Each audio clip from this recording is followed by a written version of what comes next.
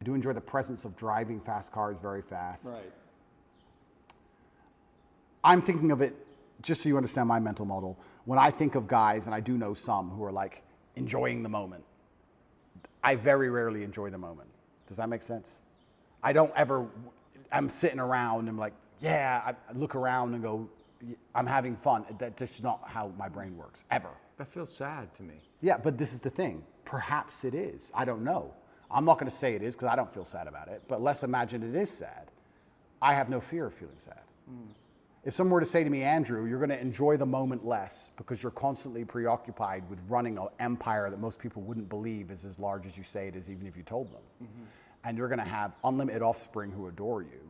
And you're going to have unlimited female interaction from women who truly would die for you. And you're going to be one of the most respected men on the planet. And you're going to have street cred in every city from Baltimore to Berlin. And you're going to end up going through all these trials and tribulations, and they're going to talk about your name after you're dead for hundreds of years. But you're not going to be present in the moment. Would you take that? And I would say, yes, sir, I would. Give that to me.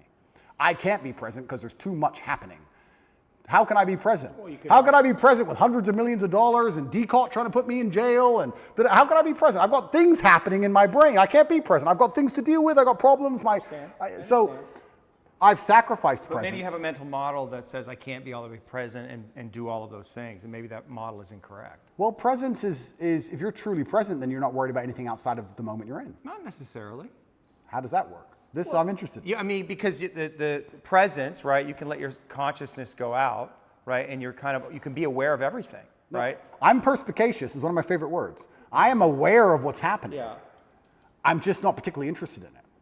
So I will sit at a table where everyone's having a conversation, and I'll sit on my laptop, and I'll chime up once every hour. I hear every word. I've analyzed every word. I know who's right. I know who's wrong. I know what I could have said. I know whose brain I could have changed, what mind I could have affected. I've already considered if it's worth doing, but I'd rather do my work, and I'll ignore it all until I pop up and say 3 words and control the entire conversation and go back to my laptop. Yeah. I'm aware of everything. I'm just not particularly present because I feel like I've built a life which is so large that it's hard for me to be present in the moment. I'm present with my children for hour or two, and then it's like, okay, back to work. Right. So, was your father present with you? No.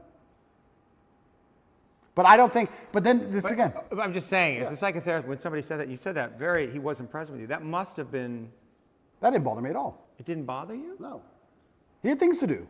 He's a full-grown man. I mean, we could talk about the haircut tweet, but I didn't understand, your history that you were raised by a single mother. Your father wasn't around. Yeah. So you see him once a year? About that, yeah. When we lived in America up to the age of 11, I saw him more often, once or twice a month maybe, and then. When did they split? I was 10 when they left. But I always understood he's very busy and has a lot to do. So I never. Can you see how the boy might interpret that as my father doesn't care about me? No. You can see how, I understand you sitting here right now, but you understand like a little boy. I think a little boy might think, where's daddy? I want daddy. I'm here alone with mom. And he might be right because some fathers may not care. But my father did care. Right. He was just very busy. But it must have been confusing for you. No. Not for the little boy? No. Like bring. I'm being honest. I'm being honest. It wasn't. Okay. I never or you cut off, or those feelings were so painful, overwhelming, you cut off from them so quickly and then created this mindset to deal with. I never for a second felt like he didn't care about me, ever. I never felt that. It didn't cross my mind. Consciously. Consciously. But is it possible that unconsciously you might have a different belief? And that on some level, some of what you're doing in the world is motivated by that, like wanting to win the love of your father? I think that is semi-true, but I'll tell you, I think that's fine. No. That's semi-true. That's semi-true because I believe I have a duty to my ancestors. I don't think it's coming from a place of I'm broken trying to fix myself. I think I have the last name Tate. It was bestowed upon me, and I have responsibilities to live up to the last name Tate. Yeah. I do believe I have a duty to my ancestors. So is that trying to win the love of my father? Perhaps. I never felt unloved by my father, ever. In fact, I would argue I had the best father on earth.